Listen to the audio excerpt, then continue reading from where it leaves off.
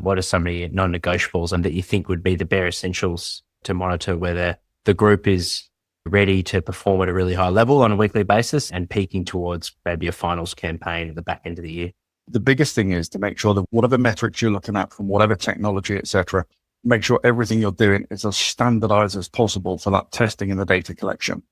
The different types of force plates have different software which analyze the data differently. You've got to make sure you use exactly the same process each time. So I think the key thing is that standardization of everything that you're doing, whether it's the testing procedures, the warm-up, the sequence of testing, and that could be GPS, etc. But we're making decisions based on non-standardized testing protocols, and suddenly your measurement error becomes huge.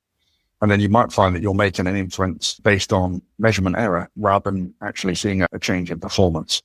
That's pretty key when you look at some of the velocity-based training side of things. We've got to make sure that all of these things are meaningful and reliable. Otherwise, we're making some potentially poor decisions on what we do with athletes' training volume. From a exercise prescription point of view, looking at your strength and power and speed metrics, what have you found have been the best tests to conduct? What we try and do with pretty much everyone that we do testing with is have something for maximum strength. And most of the time we go with an isometric mid-thigh pull, because if you've got athletes that are training properly, they're used to heavy deadlifts, squats and deadlifts, they're used to weightlifting variations, mid-thigh pulls, really quick and easy to perform.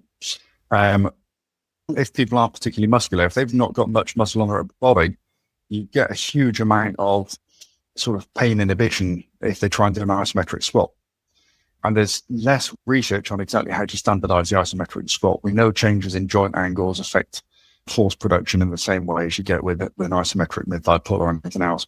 We tend to find that the iso pull is the most efficient and effective way of us collecting that data. Making sure they use a lifting strap so grip strength doesn't become an issue. Making sure the posture is correct, because most people butcher that. What are some guidelines to maybe for an athlete to give them feedback on, oh yeah, I want to get more explosive. Where should I be in terms of how much force I can generate in a short period of time compared to my max? Yes. So for the max force, there's some general recommendations of good would be 40 newtons per kilogram or higher. Excellent would be 50 newtons per kilogram or higher. That's net force, so that's excluding your mass on the force plate as well. So that's what we'd have for good or excellent. So most team sports, males or females, again, it doesn't matter whether it's rugby league, rugby union, football, we tend to find those are the sort of thresholds because we're scaling it based on body mass. So you should be aspiring to get up to about that 40 newtons per kilogram as a minimum. If you're below that, you're average, and no athlete wants to be average. What are some of the biggest misconceptions when it comes to force plates or just testing in general, but also from a prescriptive point of view? The biggest issue that I see is when you say to people, so why are you doing this? They don't know. So why are you doing the test? Well, how is that going to inform you?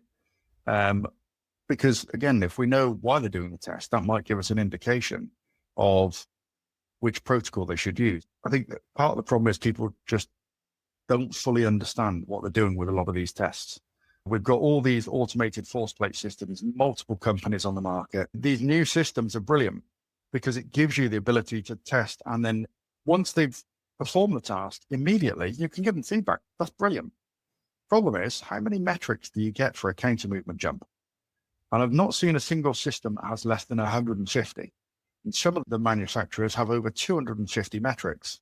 So that's the biggest problem, is people really need to understand what they're doing, not just how they standardize the protocol, but what metrics do you select and why? What would be some typical indicators that you could see through the testing or coach's eye where you're like, okay, I think they just need general seated calf raise, soleus work or standing calf work? And what is your prescription around that? For most people, just do a combination of both seated and standing. Obviously seated emphasizes the soleus more.